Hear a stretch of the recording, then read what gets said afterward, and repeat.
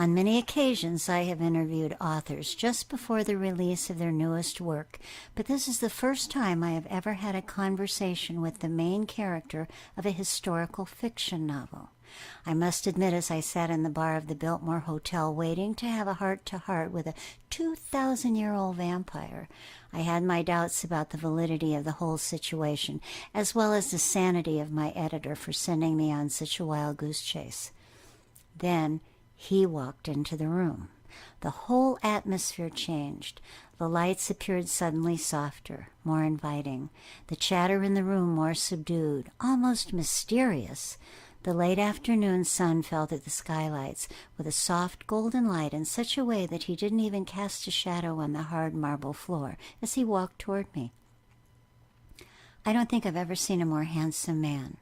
Over 6 feet tall, black wavy hair, golden skin, and deep dark eyes. His face ageless, his presence commanding the attention of every woman in the place. It was impossible not to stare at him. I realized I wasn't breathing as I lifted my hand to draw his attention. He owned the room as he walked toward my table, a smile of recognition spreading across his perfect features. I had to do some conscious yogic breathing when he leaned down to shake my hand. His fragrance was overwhelming. It was an olfactory representation of a combination of everything virile and noble and potent that I had ever or could ever imagine. I mean, it was good. He smiled as he sat down, and there were no fangs on his straight white teeth, but there was a sparkle in his eye as he caught me checking out his canines. Laughing nervously, I waited for him to settle into the booth facing me. A moment of silence, then without thinking, the words escaped from my lips. "Are you hungry?" He replied, "That depends on what's on the menu, does it not?" I cleared my throat and stammered for a moment before I could go on. He laughed pleasantly amused, and the sound made me stammer even more. His laugh was deep, rich, so real. I took another breath as I gathered my thoughts. This was supposed to be a vampire. I am supposed to be a journalist.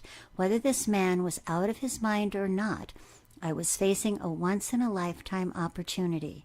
I became determined not to come under the spell of this enchanting creature. I retrieved my laptop from its carrying case and began to type with a determination I didn't feel. I asked, "You are known by the name Aris. Do you have a last name?" He replied, "Aris is my last name. It is my only name." "And you say you are a vampire. It is difficult to believe that vampires really exist. Can you prove there is such a thing as vampires?" He laughed again. "Can you prove there is not?" I ignored his question and continued, "Are there more of your kind?" He replied, "Many more of my kind, many different breeds of what you call vampires. Some are earthly beings. Those are the vampires of legend, the evil blood drinkers who hold no value for life, be it human or others of their own species. They live without laws or conscience. They slay without reason or remorse. Their murders are undetectable. They live in darkness, avoiding human contact except to torture or kill. My breed is different. We do drink blood, but our makers were from another world. They came to Earth as explorers, scientists. Most returned to their home planet, but 2 stayed on. It was from the female that a society of half-breeds was born. We are half human and half alien, human beings with alien venom in our veins. We are able to sleep and eat, yet we have no need to do so. If we eat, our human system processes the food to our human cells. If we don't, the alien venom that circulates through our veins sustains us. If we choose to breathe, our lungs process oxygen to our human cells. We appear very much the same as you, except for our great beauty and our ageless countenance. We walk among your kind without your suspecting what we are, the immortals." "You're telling me you came from aliens?" He replied, "Yes. We're called vampires because we have the need to drink blood. However, unlike the earthly variety, we are sustained by the blood of animals for the most part. I was a little startled. For the most part? He replied, yes. There are cycles when we must have human blood, soon after our changing and then periodically throughout our immortal existence. Today it is very easy to find human blood without taking a life. Blood banks fulfill our need. In the past we did drink from humans, but under law, only from the wicked and only for sustenance. We are quite humane. I ask, under law? We have a government, a king and queen, those two who remained on Earth when the Star Voyagers returned to their planet. There is a co-ruling body, the High Council, which consists of changelings such as I am. There's an ancient code of ethics to which our culture adheres, and the penalty for breaking the code is extinction. I ask, where is this governing body located? Where does your society live? And he replied, I'm not at liberty to say at this time. I ask, all right, then how is a vampire extinguished?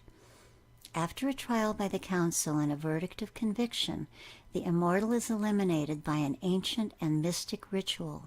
While it is rare for one of us to transgress the law, it has happened in our history, and to one to whom I am very, very close. It is not pretty, and it is not something I shall discuss at this time. I said to him, if you won't discuss dying, how about living? How long do vampires live? And he replied, I cannot answer. As of now, none of us has reached our expiration date. Immortal, remember? What in the world does it feel like to be immortal? He replied, please forgive me for saying, but humans do not grasp the theory of eternity. How could you ever grasp the theory of immortality? He was right, and I told him so. Okay, you might be right about that. Then let's discuss something that humans can grasp, love. Are you able to experience love? I noticed his eyes clouding for a moment. He smiled again before he began to speak. Yes, we're able to love. Once we find our mate, it is for eternity. Centuries ago, I found my eternal partner. She was mine, then snatched from my protection. I lost her and myself. I wandered through time and lifetimes in search of her. And did you ever find her? That, Miss Fairchild, is a whole nother story. Aris, and I was shy to ask him this question, can you mate with humans? And he replied, no, we must mate with our own kind. However, if we desire to meld with a human for eternity, and the human chooses to become one of us, they are changed into an immortal. Then mating is possible. And I asked him, of course, how does that change happen? He replied, through another ancient secret ritual. I am not at liberty to disclose it to you at this time. However, I can tell you that the human must be a willing participant with full understanding of the consequences of the ritual. It is private and sacred, shared only by the two who are joining. Our mating is similar to your kind. Remember, we're half human. It is quite a bit more involved and more spiritually passionate. I ask him, as a being that has been on the earth for 2,000 years, what would you say is one of the greatest lessons you have learned about humankind? Such a difficult question. I believe the most profound lesson that time has taught is that although fashion and transportation, world leaders, names, and boundaries of countries change and evolve, the human spirit remains basically the same. There is evil and greed, empathy and charity. I have found your species has a grave fear of the unknown and a deep courage to overcome doubt and terror. All things in your society seem to advance, yet not the human psyche. Your technology has traveled far beyond your logic, your reason. Yet even as you seem to lose your humanity and become a part of the mechanical, digital chaos that surrounds you, there is one core value that is wound throughout all of history.